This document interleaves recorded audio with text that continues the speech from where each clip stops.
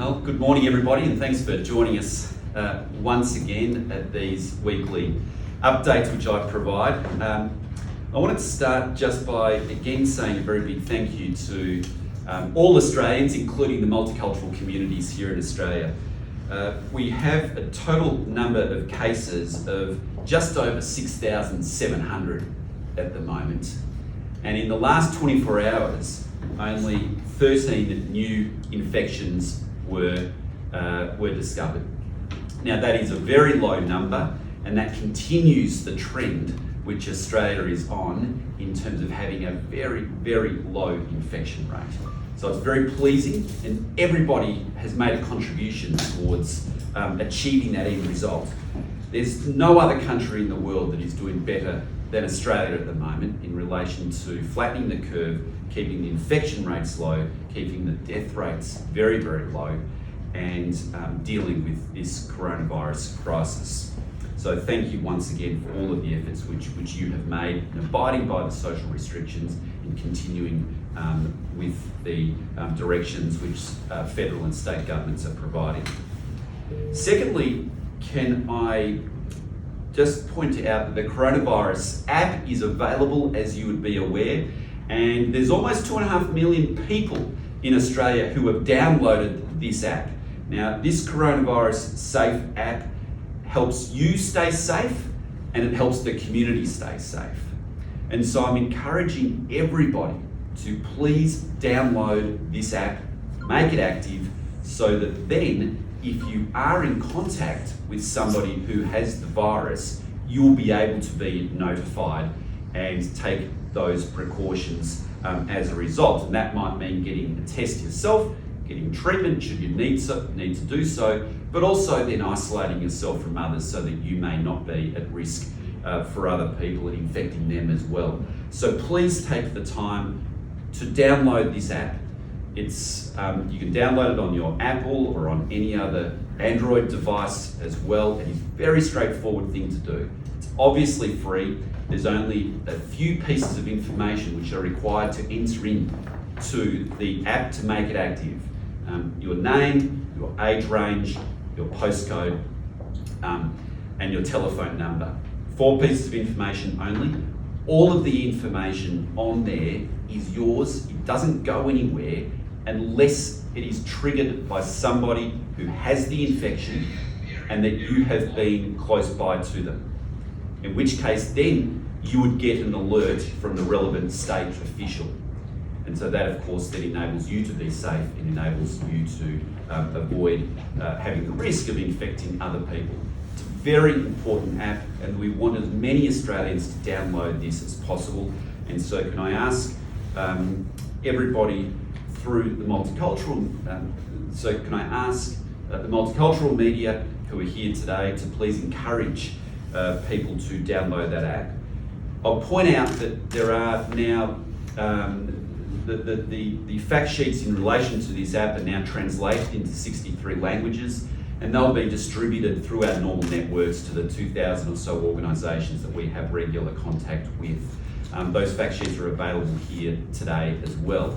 Now that outlines all of the privacy mechanisms, it outlines how this app works, and other details which you may be interested in.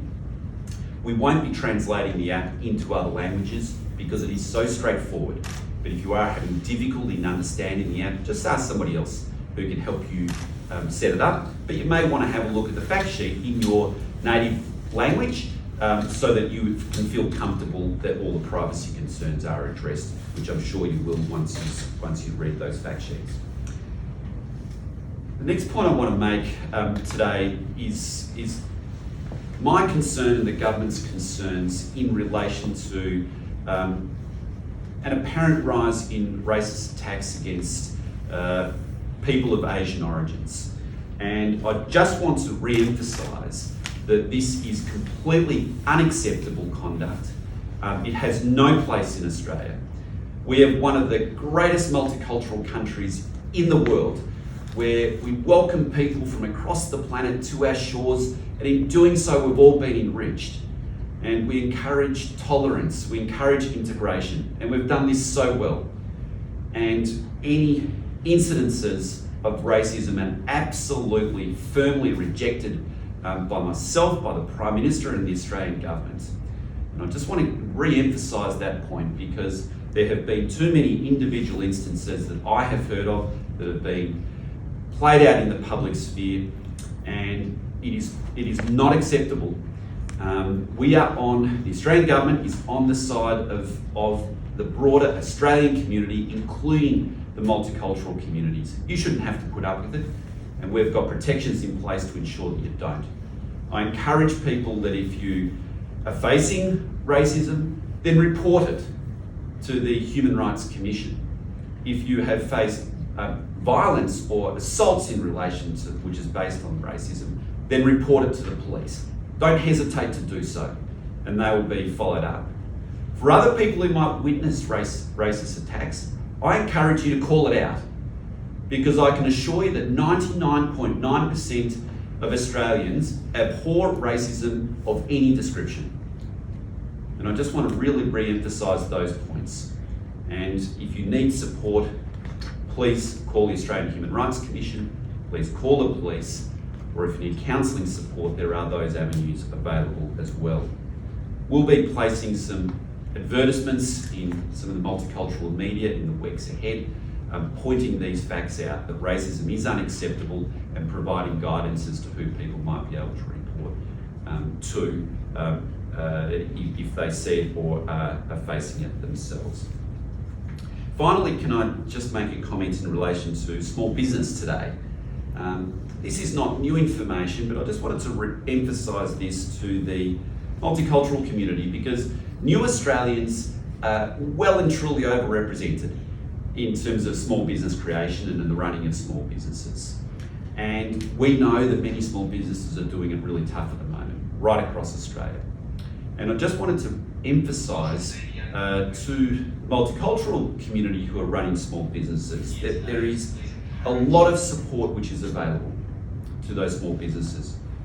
Obviously, the JobKeeper payment is the most important one, and that is if you have had revenues decline by 30% or more a month versus the previous year's similar month, then you'll be eligible for $1,500 per fortnight for each of your employees. So it's a very significant contribution to help your business along. There's also up to $100,000 in payments which businesses can apply for to boost their cash flow. And that is worthwhile examining as well. That's available to businesses up to $50 million in turnover. There's a further $20 billion guarantee that we've put in place, which provides more ready access to loans. And so again, that is something that small businesses should look into should they need that financial assistance. As well as we have increased the instant asset write-off. So if you're in the position to invest at the moment, then you can write off an asset immediately in this financial year of value up to $150,000. Now that just will help obviously with your cash flow come tax time as well. Of course, we've introduced as well a mandatory code of conduct on commercial tenancies. So for those businesses, often your rent may be one of the significant costs which you have. We now have a mandatory code of conduct to assist with your negotiations with the landlord, which may help facilitate the reduction in those rental costs. So there's a number of items there which I encourage those small business owners to look into. Go to the australia.gov.au website, and that will have the full details in relation to that. And again, we'll have fact sheets in multiple languages as well. Let me finish where I started, and again, thanking the broader multicultural communities for everything they have done today in terms of contributing to our success to date in flattening the curve and getting control of the coronavirus. We're not out of the woods yet, but we are obviously looking now at the road out to get back to as normal as possible in the future. We've started that journey by reopening elective surgeries, reopening things like IVF treatments, We're now obviously encouraging the schools to reopen so the kids can go back, and there'll be further developments in the weeks and months ahead. Happy to take any questions people might have. Morning, I'm Fred from Melbourne State. Speaking on behalf of the Chinese community, last week long, I received 3 reports of racial attack, and obviously the victims are not quite happy with the way the police is dealing with them. So their garage and doors and house got racial words like Chinese go home like this, and they reported to the police, and police refused to show up. And they just tell the victims to paint those words on their own. So what's your comment on this situation? I'm very aware of that particular case you're referring to. It happens to be my electorate as well. And I've spoken to the family there too and provided my great sympathy to them, my 100% support for them, and reassuring them that the individuals who did that are cowards and are not representative of the broader Australian population. And I can't be more blunt than that. And they did call the police. I know the police have looked into the matter. I've encouraged them also to contact the Human Rights Commission as well in relation to it.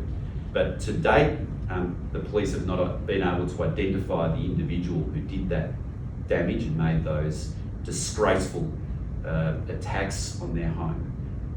Not only in terms of the racist language, but also in terms of throwing rocks through their windows and causing general harassment. It's unacceptable, and I've made that comment very public as well, as have other community leaders, and I think 99.99% of Australians would be equally disgusted by that individual coward who did that act. Mr. Taj, Australian government's push for independent review on COVID-19 has, led to China threatening to boycott Australian goods and services. What are your views on this one? I mean, our desire is for there to be a full investigation into where the coronavirus crisis came from and what were the conditions which set it about. And I think it's a reasonable request to have, in part so that we can learn the lessons of what occurred and ensure that it doesn't happen again in the future, because this has had global ramifications, as you know. Many thousands of deaths, a massive economic impact across the world. So we need to know what happened so that we can learn those lessons. And we certainly reject any suggestion that economic coercion is an appropriate response to our reasonable suggestion that there be a proper independent investigation into what happened so that we can learn the lessons. Just one question about the temporary visa holders. They are contacting the department, but the response is very, very slow, or they are not getting any response at all. So is there any time frame you can set, especially for those who are overseas and they want to get the visa extended and they want to know in which way the department can help? Yes, certainly if you are overseas at the moment and you're not an Australian citizen or a permanent resident, then you can't come into the country because our borders are closed. There are exceptional circumstances for compassionate reasons, sometimes for diplomats and others who may be able to get an exemption granted by the Australian Border Force Commissioner, who we have delegated to have that power.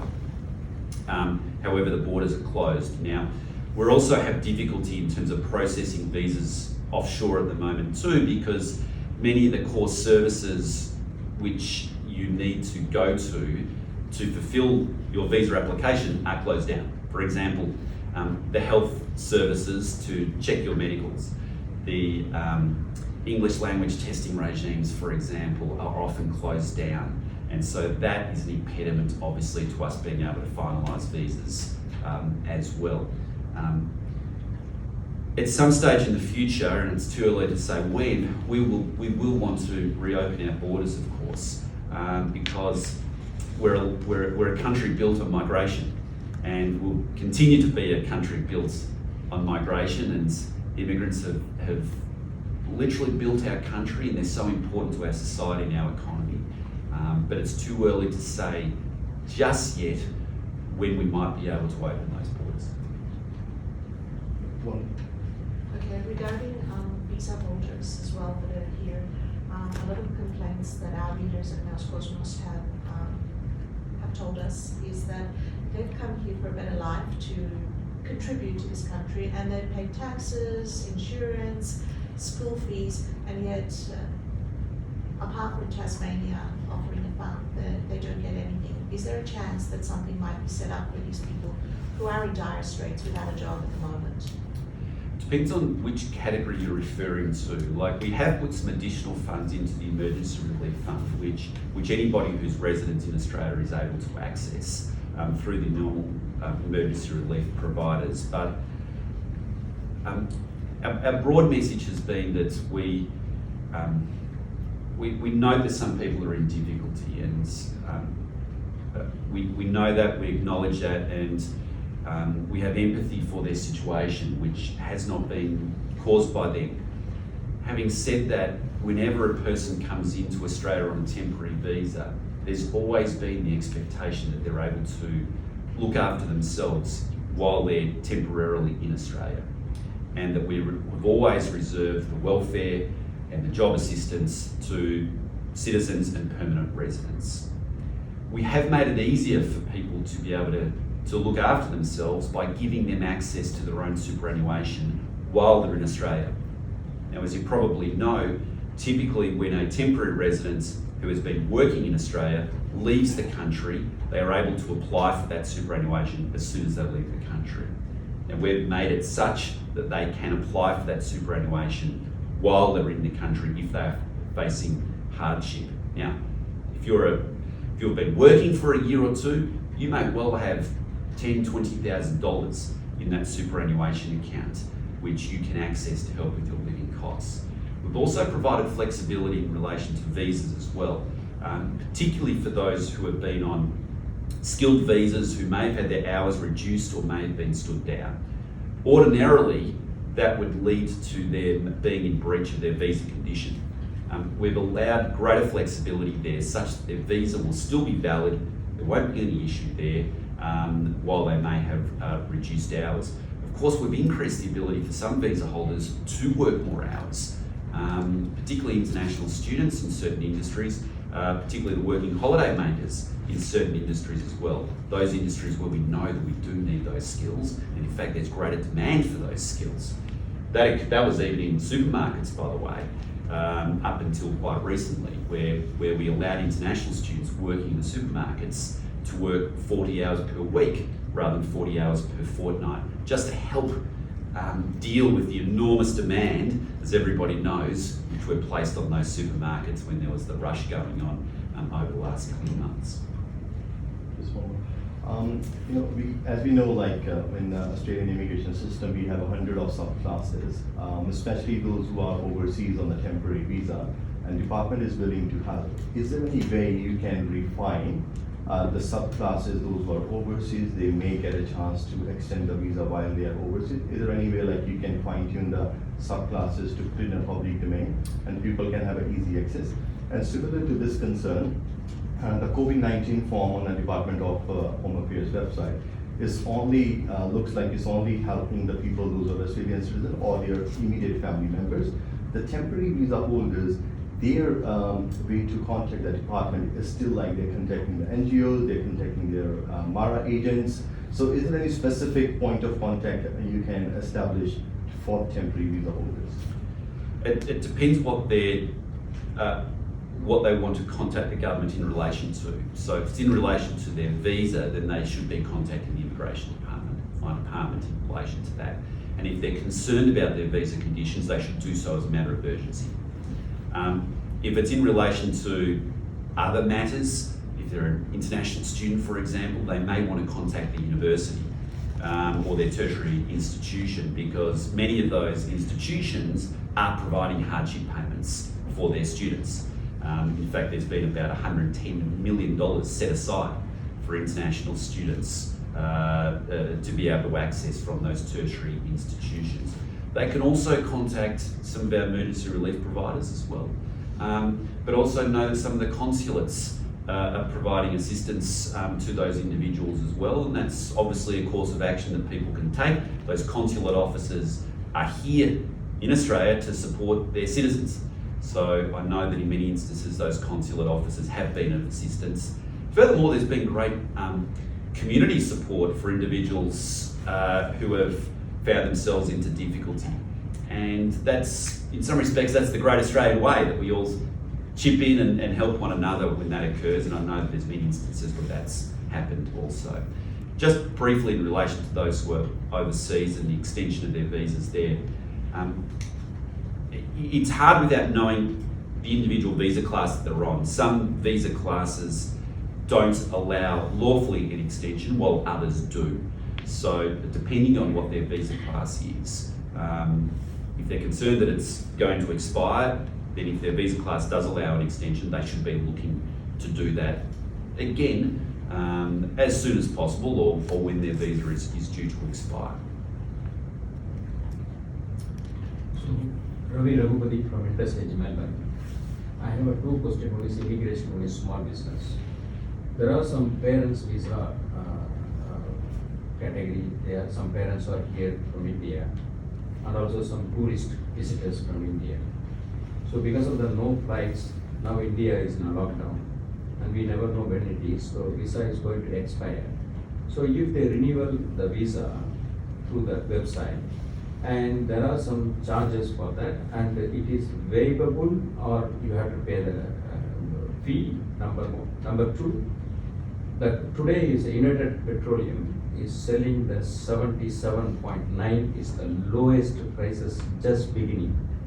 Having said this, the small business now, if the oil price stay low, as you are advertised in the social media and Facebook, I saw in a couple of days before that you are having oil reserve. So, like Australia also can reserve the oil for the future benefit of small business community, so that stay low, they can breathe that stay low fuel price, so that they can do the more business for to serve the community and to get back onto the track. So what is the arrangements this government is having to reserve the oil reserve to stay low? Thank you. Certainly in relation to oil, as you point out, we've increased our oil reserves because the oil price is so low at the moment. In fact, it went into a negative price at one stage in terms of crude oil. And so we have made a very significant investment to increase our oil reserves, and that's important for economic and national security reasons. The oil price generally, I would imagine, will continue to be maintained by the global markets in terms of what the price is. And in relation to the particular proposal that you put, I'm not aware of any plans to do that, but the Energy Minister would be the person to best answer those questions. Just remind me again, your first question was in relation to immigration and extending visas and the like, and the Indian nationals who are here in Australia, I have particular empathy for, because the international airports have been shut down by the Indian government, which means that even if a person wanted to exit Australia at the moment and go back to their home country, then it is impossible to do so. Now, Prime Minister Modi is going to reevaluate that decision on the 3rd of May, and may decide at that particular point in time to reopen those international airports, which would then enable flights to go back to India. In the meantime, if somebody is concerned about the validity of their visa, I would encourage them to immediately contact the Immigration Department. If you're on a tourist visa, for example, get in contact with the Immigration Department and get that extended, or apply for a new tourist visa, and we'll ensure that person remains valid in the country until the flights reopen. Just for again, another Energy Minister just passed on the thing. See, before the COVID-19, the oil prices controlled by all major petroleum companies, but government don't have a hands to control, because the ridiculous price is keep going, and people hardworking Australians cannot afford the fuel prices. Thanks for COVID is having advantage factor, disadvantage factor. Having said so, that the government have to, this situation, so ACCC or Energy Minister have to put in place this COVID-19, the future oil prices have to be considered to affordability for the hardworking Australians and small business community.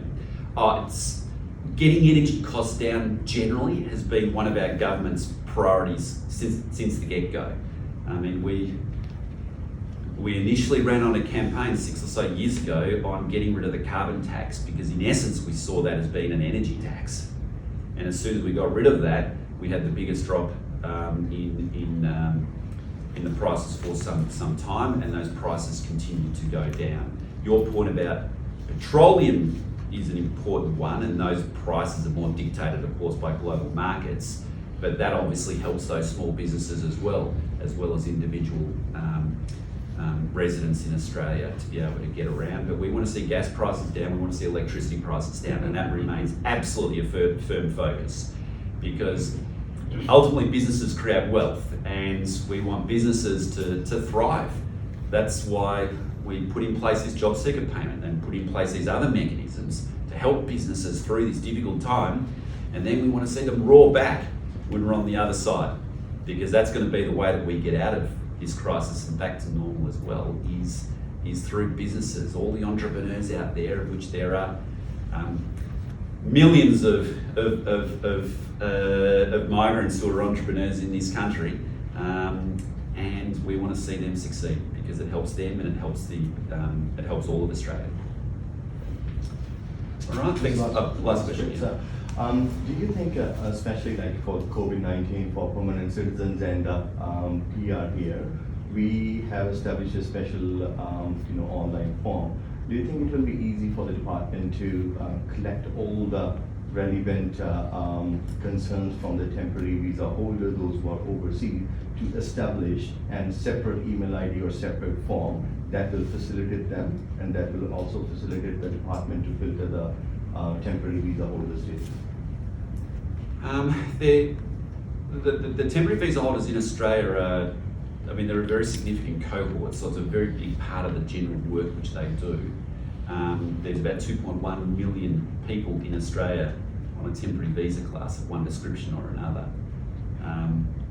So I'm not quite sure what you're getting at in terms of that separate form or separate line, because it's, at the moment it'll be the majority of their work dealing with the changes in visas, visa extensions, changing conditions, meaning that people are concerned about their visa validity. So I think we have those processes in place, and certainly my department at my instruction is ensuring that all of the information in relation to coronavirus is being translated into multiple languages. So if people's English isn't good, they can get that information. We send that out through over 2,000 various organisations that we have relationships with, and we ask those organisations to forward on that information, or indeed do a short video themselves which they can post on their social media sites so that can inform the broader community. And I think to date that's been working. I've seen some research which says that the broader multicultural communities are understanding all of the social distancing requirements and other requirements at the same rate as anybody else, which does suggest that that information is getting through to the broader population as well. That's a good question. Yeah. It's a very good one. The people who've been stood down but have had their visas extended nonetheless, will these months where they're not working count towards their permanent residency visa applications? It will, and It will. on top of that, if a person is stood down and they even return back to their home country for a particular amount of time, or if they're laid off and return to their home country for a particular amount of time, if they come back to Australia with a sponsor, they won't be starting from scratch again. We'll ensure that that time that they've spent in Australia can count towards their permanent residency pathway. But what's the maximum time abroad that you can have? So we haven't worked out all the details in relation to this. I've indicated our statement of intent to do that, because there are going to be some people who are listen, they might be 3 years in and they're on a PR pathway, permanent residency pathway, and all of a sudden, for no fault of their own, the business who is sponsoring them has been unable to keep them on, and they've had to return to their home country. We want to say to those individuals that we recognise that you've been on this pathway, and that if you apply in the future to come back to Australia and you have a sponsor who can support you, then that time that you have spent in Australia already can count towards that 4 years minimum that you need to have to apply for that permanent residency. So last question about But the details, we're still working out precisely how that's going to work. When do you think that might be ready? I don't want to put a time frame. If I say a time frame now, you'll hold me to that. We're just still working it out. It's quite complex, as you can probably see, in terms of precisely what the rules would be in relation to that. It's obviously not urgent at the moment because we have our borders closed, so it's not applying to anybody. But at some stage, of course, and we will be wanting to open up our borders again, and then those new rules will be in place then. about the visa fee waive for parents and tourist visitors who want to extend the visa. So any consideration of visa waiver as a fee waiver? We haven't considered that at the moment. It depends again on the visa classes which people are on as to whether or not it's able to be extended readily or they need to apply for a new visa. Some visas can't be extended legally and they would have to apply for a new visa, in which case it would be a small fee applying, but we haven't considered that waiving at this stage. Thank you. All right, thanks everybody.